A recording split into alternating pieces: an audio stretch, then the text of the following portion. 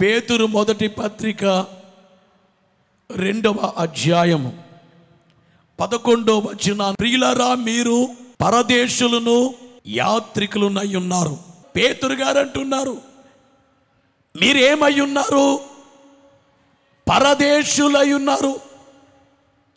పరదేశం అంటే ఈ దేశం మీ దేశం కాదు. మనమున్న దేశం మన దేశం కాదా? మన దేశమే. మన దేశాన్ని మనం ఎప్పుడు మర్చిపోకూడదు. మన దేశ ఘనత కొరకు మనము యత్నించాలి. మన దేశం ఘనతను కోరుకోవాలి, ప్రయాసపడాలి. అందుకే చాలా పర్యాయాలు తెలియచేసే మాట ఏమిటంటే దేవునికి ఉపయోగపడాలి, దేశానికి ఉపయోగపడాలి. అయితే ఈ వచనములో పేతురు గారు చెప్పేది, మీరు ఇశ్రాయేలీయులు, మీరు దేవుని జనాంగము, ఇజ్రాయేలు దేశం మాది అని మీరు అనుకుంటున్నారు. కానీ మీరు పరదేశులై ఉన్నారు. ఈ దేశానికి మాత్రమే చెందిన వారు కాదు. మరి యూదులు, ఇశ్రాయేలీయులు ఏ దేశస్థులు? ఆ దేశస్థులే. మరి ఎందుకు అంటున్నారు? అందరూ జాగ్రత్తగా వినాలి. మనముండేటువంటి ఈ దేశాలు, నివసించే ఈ భూమి, ఇవన్నీ కూడా అశాశ్వతం. కొంతకాలము, కొన్నేళ్ళు జీవించేది. కానీ దేవుడు ఏర్పాటు చేసినటువంటి అసలైనటువంటి దేశం, పరలోకమనబడేటువంటి దేశము, స్థిరమైన దేశం. పరలోకము నా దేశం. యేసునాథుడు ఆ దేశాన్ని గూర్చి, లేక ఆ లోకాన్ని గూర్చి ఎన్నో విషయాలు చెప్పారు. ఏమి తిందుమో, ఏమి త్రాగుదుమో, ఏమి ధరించుకుందుమో అని చూడకండి. మీరు రాజ్యాన్ని వెదకండి, నీతిని వెదకండి. అంటే పరలోకాన్ని చూడండి. అవసరమైనది అది. కుడి చేతి వైపున సిలువ వేయబడిన దొంగ ఏమడిగాడు? మీ రాజ్యములో నేను ఉండాలి, నన్ను చేర్చుకోమని అడిగాడు. ప్రభునందు ప్రియులారా, మనం ఏమై ఉన్నామట? పరదేశులై ఉన్నాము. మనం ఏమై ఉన్నాం? యాత్రికులమై ఉన్నాం. ఇది మనకి సంపూర్ణంగా అర్థం కావాలి అంటే ఇశ్రాయేలీయులను గూర్చి అర్థం చేసుకుంటే మనకు అర్థమవుతుంది. ఇశ్రాయేలీయులు ఏర్పాటు జనాంగం. వారు 430 సంవత్సరాల కాలం ఐగుప్తులో నివసించారు. యోసేపు ఐగుప్తుకు ప్రధానమంత్రిగా చేస్తున్న కాలములో వెళ్ళారు. 430 సంవత్సరాల కాలం ఉన్నారు. ఆ తరువాత మోషే నాయకత్వములో వారు బయటకు వచ్చారు. అంతవరకు వారెవరు? పరదేశులు. ఇశ్రాయేలీయులు కన్నీళ్లు కార్చి, దేవా మేము పరదేశములో ఉన్నాం, పరాయి దేశములో ఉన్నాం. ఈ ఐగుప్తు దేశం మాది కాదు, మా దేశం కనాను దేశం. కనాను దేశములో మేము ఉండాలి. ఇక్కడ వెట్టి చాకరీలో ఉన్నాం, దాసత్వములో ఉన్నాం, ఫరో నాయకత్వములో ఉన్నాం.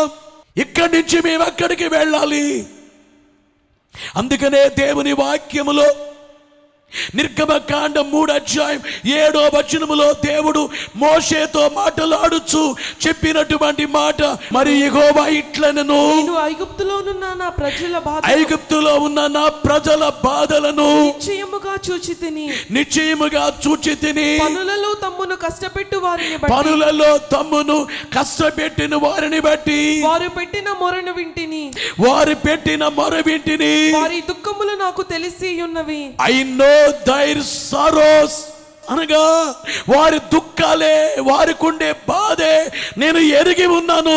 I know. దేవుడు అంటున్నారు, వారి దుఃఖాలు నాకు తెలిసి ఉన్నాయి.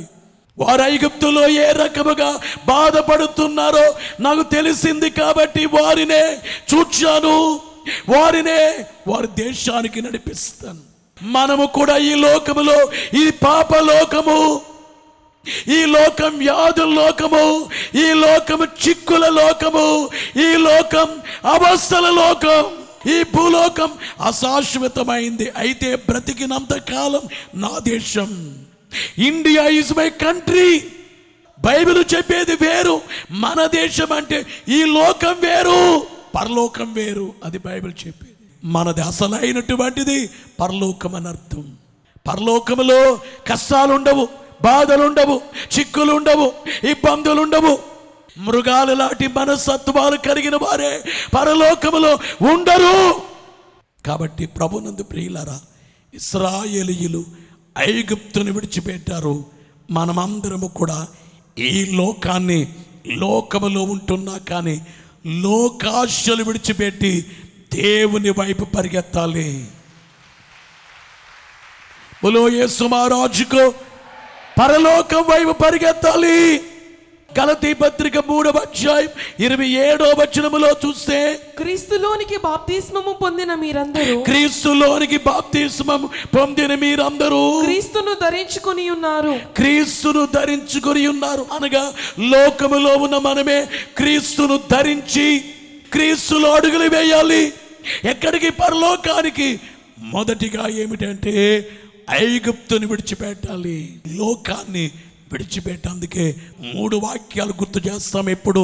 మార్కు సువార్తలో 16వ అధ్యాయం 16వ వచనములో నమ్మి బాప్తిస్మం, అపోస్తలుల కార్యాల గ్రంథం 2వ అధ్యాయం 38వ వచనములో మారు మనసు పొంది బాప్తిస్మం, 22వ అధ్యాయము 16వ వచనం అపోస్తలుల కార్యముల గ్రంథములో ప్రార్థన చేసి బాప్తిస్మం. ఇవన్నీ ఏమిటంటే ఐగుప్తుని విడిచిపెట్టే కార్యక్రమం ఇది.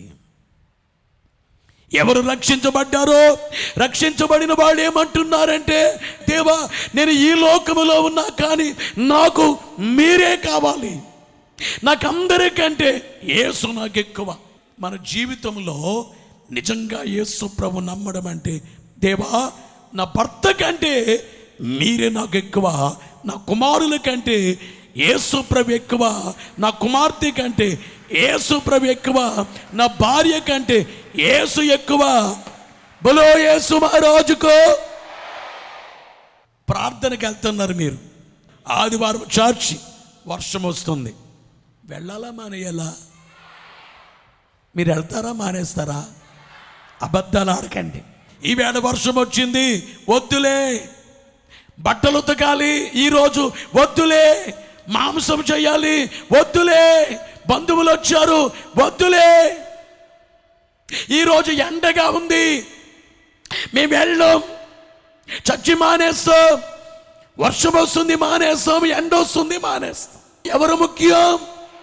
యేసే ముఖ్యం. ప్రభువా అందరికంటే అన్నిటికంటే మీరే నాకు ఎక్కువ, నీవే యాని నమ్మిక,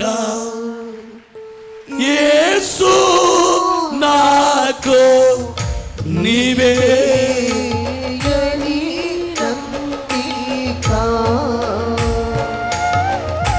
నీవే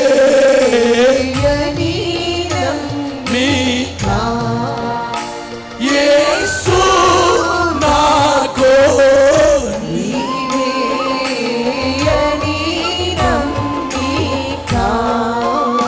ఎవరంటే నమ్మిక?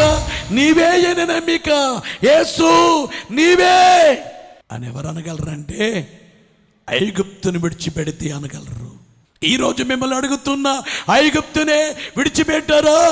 ఐగుప్తు లాంటి లోకాన్ని, లోకమును దానిలోని సమస్తమైన ఆశలు నాకు వద్దు, చాలు సైతానా వెనుకకు పో. వినాలి, గమనించాలి ప్రియులారా.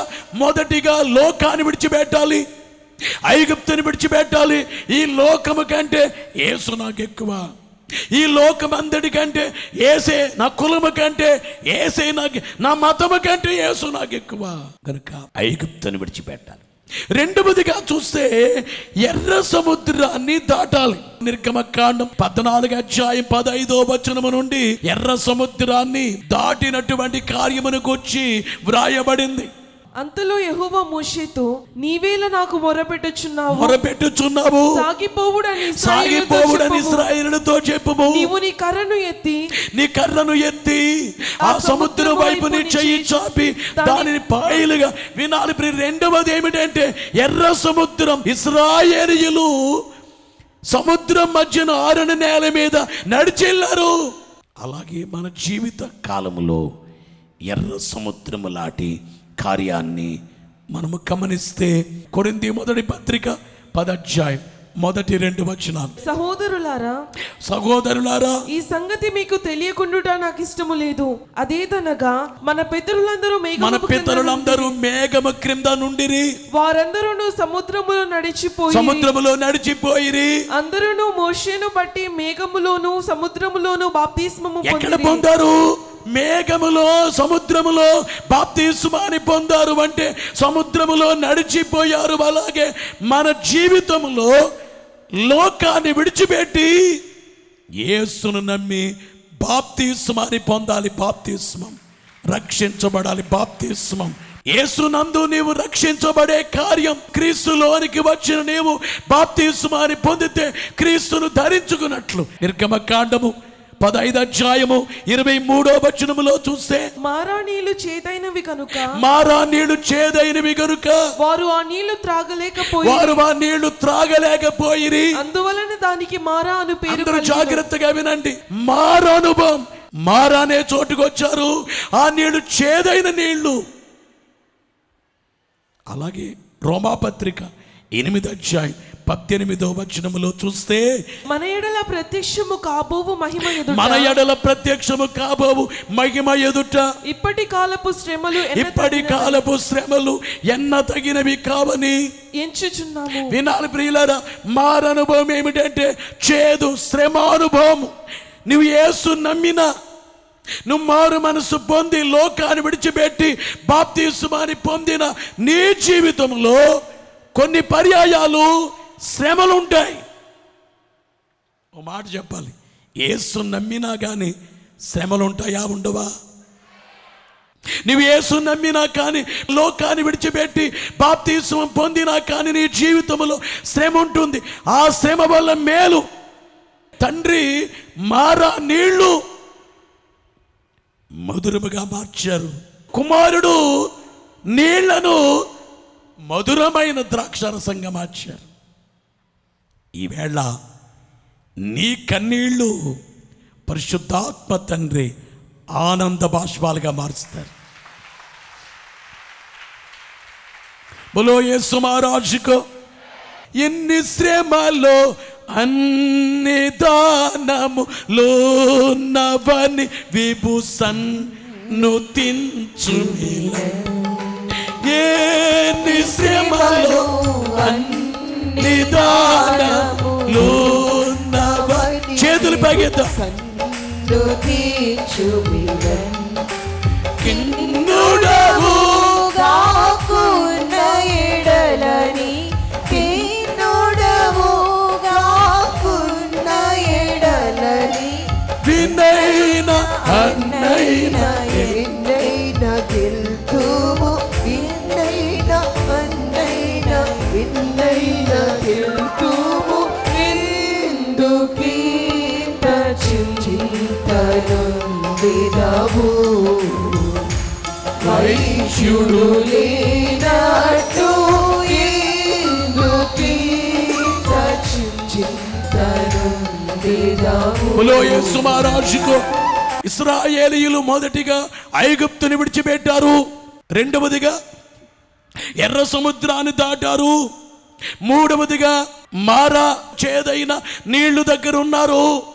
మూడు అనుభవాలు. ఒకటి ఏమిటంటే ఐగుప్తు లాంటి లోకాన్ని విడిచిపెట్టాలి మనం. రెండోది ఏమిటంటే ఎర్ర సముద్ర అనుభవం లేక బాప్తిస్మాన్ని పొందాలి. మూడోది ఏమిటంటే మారా నీళ్లు లేక చేదైన పరిస్థితులు మన జీవితంలో ఉంటాయి. వాటిని జయించాలి. చేదు తరువాత మధురం అనేది వచ్చిందో శ్రమల తర్వాత అద్భుతమైన కార్యము జరిగించబడుతుంది. ఎన్ని శ్రమల్లో ఓవేళ నీకుండే శ్రమే యేసు నమ్మకుండా, యేసును అంగీకరించకుండా ఉండే శ్రమ అయితే ప్రమాదము. కానీ నీవు యేసు నమ్మితే నీకే శ్రమ ఉన్నా కానీ నీవు ధన్యుడివే. నిజంగా యేసుని నీ హృదయములోకి అవగానించిన తర్వాత ఆ శ్రమ అంతా పోద్ది. ఇంకా శ్రమ ఉందా, అది నీకు ఒక మేలైన కార్యము చేయటానికి ఉంటుంది. ఇదే చాలా మందికి అర్థం కాదు. అలాంటప్పుడే కొంతమంది యేసుని విడిచిపెట్టేస్తారు. ఎందుకు నాకు ఈ శ్రమ వచ్చిందని విడిచిపెడతారు. కాదు, అలా విడిచిపెడితే నేను మాట అంటానండి. నన్ను అన్నారు, పాస్టర్ గారు మీరే ఇక్కడి నుంచి వెళ్ళిపోతే మంచిదండి, మిమ్మల్ని చంపడానికి చూస్తున్నారు. వెళ్ళిపోతే మీరు పాస్టర్మ గారు మీకు, అప్పుడు మా పెద్ద పాప పుట్టేది, మీరు వెళ్ళిపోతే బ్రతికుండొచ్చు, చావడం కంటే వెళ్ళిపోయి అక్కడ చక్కగా జీవించవచ్చు కదా, అక్కడ మీకు చర్చిలు ఉన్నాయన్నారు కదా, సంఘాలు ఉన్నాయి కదా, మీకు అక్కడ మీ నాన్నగారు, అమ్మగారు, మీ అత్తయ్య గారు, మామయ్య గారు అందరు ఉన్నారు కదా, ఎందుకు ఈ బాధ, ఈ శ్రమలు ఎందుకు, మిమ్మల్ని చంపాలని చూస్తున్నారని ఆ టైంలో నేను వెళ్ళిపోతే అనగా మారాలాంటి అనుభవమే మాకు వచ్చింది. కానీ వెనక్కి తిరిగి వెళ్ళలేదు. అందుకే ఈ వేళ ఇంత సేవ జరిగి దేవుని కార్యము జరిగించింది. బలో యేసు మహారాజుకు 1,60,000 మంది రక్షించబడి లక్షలాది జనాలకి సువార్త ప్రకటించడం, లక్షలాది మంది జనాలకి. నిర్గమకాండం 15 అధ్యాయం 27వ వచనములో తరువాత వారు ఎలీమునకు వచ్చిరి. అక్కడ 12 నీటి బుగ్గలను 70 ఈత చెట్లను ఉండెను. వారు అక్కడనే ఆ నీళ్ళ యొద్ద వినారు ప్రియులారా, 4వ మజిలీ ఎలీము, 12 నీటి బుగ్గలు, 70 ఈత చెట్లు అక్కడ ఉన్నాయి. అనగా యేసు నమ్మినటువంటి వ్యక్తి ఆత్మీయముగా అభివృద్ధి చెందాలి. ఆత్మీయముగా గమనించాలి ప్రియులారా. 12 నీటి బుగ్గలు లేగా, 70 ఈత చెట్లు లేగా నీ ఆత్మీయ జీవితమే రోజు రోజు ఇంకా పెరిగి ఆత్మీయ స్థితిలోకి రావాలి. అందుకే దైవజనుడు దేవదాసయ్య గారు చక్కటి మాట చెప్పారు, అవిశ్వాసికి శుద్ధి కావాలి, విశ్వాసికి వృద్ధి కావాలి. వృద్ధి. మీ అందరినీ అడుగుతున్నా, వంక పక్కన మొక్క మంచిదా, నీటి ఊట దగ్గర మొక్క మంచిది? ఏ మొక్క గొప్ప? వంక ఎప్పుడు పొంగుద్ది? వర్షాలు బాగా ఎక్కువైనప్పుడే వంకలో నీళ్ళు వస్తాయి, ఆ తర్వాత ఏం కనబడదు. వంక పక్క నుండి మొక్క లేకుందామా, నీటి కాలువల ఉండే మొక్క లేకుండాలా? అనగా ఆత్మీయ స్థితిలో వృద్ధి. ఈ రోజున చాలా సంఘాల్లో చాలా మందికి ఆత్మీయముగా అభివృద్ధి కనబడట్లేదు. ఎక్కడ ఉండే గొంగళి అక్కడే ఉంది. ప్రభునందు ప్రియమైన దేవుని విశ్వాసులారా, మీ అందరికీ తెలియజేసే మాట ఏమిటంటే, ఆత్మీయ జీవనములో అభివృద్ధి పొందొచ్చు. కొంతకాలం దేవుని వాక్యం అనే పాలతో పెంచబడిన నీవు ఇంకా బలమైనటువంటి ఆహారముతో హెబ్రీ పత్రికలో 5వ అధ్యాయము 12వ వచనము నుండి 14 వరకు వ్రాయబడినట్లుగా నీవు ఆత్మీయముగా ఎదుగుదల చెందుతుండాలి. బలో యేసు మహారాజుకు. నిర్గమకాండం 16వ అధ్యాయం 1వ వచనములో సీను అరణ్యములో మన్నా కురిపించబడిన స్థలము. ఇశ్రాయేలీయులు సీను అరణ్యానికి వచ్చారు, అక్కడే వారు మన్నా తిన్నారు. అలాగే మన జీవితములో మన్నా యొక్క అనుభవం ఏమిటంటే, యేసుక్రీస్తు వారి శరీర రక్తములను అందుకునేటువంటి అసలైన పరలోకము నుండి దిగి వచ్చిన ఆహారం.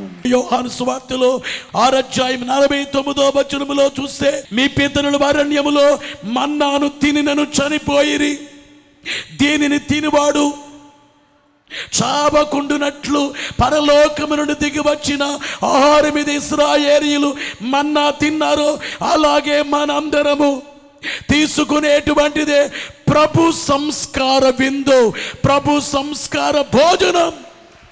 బోలో యేసు మహారాజుకు. ఇక 6వదిగా చూస్తే నిర్గమకాండం 17 అధ్యాయం 1 వచనములో చూస్తే, తరువాత ఇశ్రాయేలుల సర్వ సమాజము యెహోవా మాట చొప్పున తమ ప్రయాణములలో సీను అరణ్యము నుండి ప్రయాణమైపోయి రెఫీదీములో దిగిరి. ప్రజలు తమకు త్రాగ నీళ్లు లేనందున, వినాలి ప్రియులారా, రెఫీదీము అరణ్యములో జరిగిన కార్యం ఏమిటంటే బండ కొట్టగా నీళ్ళు వచ్చాయి. అలాగే ఈ వేళ బండనబడే క్రీస్తులో నుండి ఒకటి రక్తము, రెండోది ఏమిటంటే బండనే క్రీస్తులో నుంచి వచ్చే దేవుని వాక్యం అనే నీరు వాక్యం. రక్తము మన పైకి రావాలి. రెండోది వాక్యం, దేవుని వాక్యం. ఇశ్రాయేలీయులు ఎలాగైతే నీళ్లు త్రాగారో వాక్యము గ్రహించటం, వాక్యము త్రాగడం, వాక్య ఆహారాన్ని తినడం. నిర్గమకాండం 19 అధ్యాయం 1 వచనములో, ఇశ్రాయేలులు ఐగుప్తు దేశముల నుండి బయలుదేరిన 3వ నెలలో వారు బయలుదేరిన నాడే 3వ నెల ఆరంభ దినమునందే వారు సీనాయి అరణ్యానికి వచ్చారు. 19 అధ్యాయం 20వ వచనములో చూస్తే, సీనాయి పర్వతం మీదకి అనగా పర్వత శిఖరం మీదకి దిగి వచ్చెను. యెహోవా పర్వత శిఖరం మీదకి రమ్మని పర్వత శిఖరం మీదకి రమ్మని మోషేను పిలువగా మోషే ఎక్కిపోయెను. వినాలి ప్రియులారా, 7వ అనుభవం ఏమిటంటే సీనాయి అనుభవము. అనగా దేవుడు మోషేనే ఆ కొండపైకి పిలిచారు రమ్మని. బోలో యేసు మహారాజుకు. ఆ కొండపైకి వెళ్ళిన మోషే దేవుని ఎన్ని రోజులు చూచాడు? 40 రోజులు. ఎవరి స్వరాన్ని విన్నాడు? 1 ఐగుప్తుని విడిచిపెట్టాలి, 2ది ఎర్ర సముద్రము దాటాలి, 3ది మారు అనుభవంలోకి రావాలి, 4 ఎలీము, 5 అనుభవం సీను అరణ్యము, మన్నా కురిపించబడిన అనుభవము, 6వది రెఫీదీము అరణ్యము అనగా బండ కొట్టగా నీళ్లు, ఇంకా 7వదిగా చూస్తే సీనాయి పర్వతం. దేవుని చూచేటువంటి అనుభవం. దేవుడు కనబడతారు, దేవుడు మాట్లాడతారు. అసలైన మహిమతో దేవుడు మనం కనబడరు, మనం చూడలేం, చచ్చిపోతాం. కానీ మహిమ తగ్గించుకుని దేవుడు కనబడి మాట్లాడతారు. దేవుడు కనబడి మాట్లాడును, వర్తమానము లిచ్చుచుండు. దేవుడు కనబడి మాట్లాడు. చేతులు పగెత్తి వర్తమానము లిచ్చుచుండు. ప్రభువు దూతలు పరిశుద్ధులు, ప్రభువు దూతలు పరిశుద్ధులు. బోలో యేసు మహారాజుకు. 7వ అనుభవం సీనాయి అనుభవం, దైవ సన్నిధి పండుగ. అది ఎవరికంటే సీనాయి అనుభవంలోకి వచ్చిన వారికి. అనగా నువ్వు మోకరించి, దేవా నాకు కనబడుము, నాతో మాట్లాడుము, అందరికి కనబడము, అందరితో మాట్లాడు. కనిపెట్టండి, దేవుడు కనబడి మాట్లాడతారు. ఇశ్రాయేలీయుల 7 మధ్యలో వచ్చి మనం విన్నాం. ఈ వాక్యం మనలో దేవుడు పదిలపరచును కాక.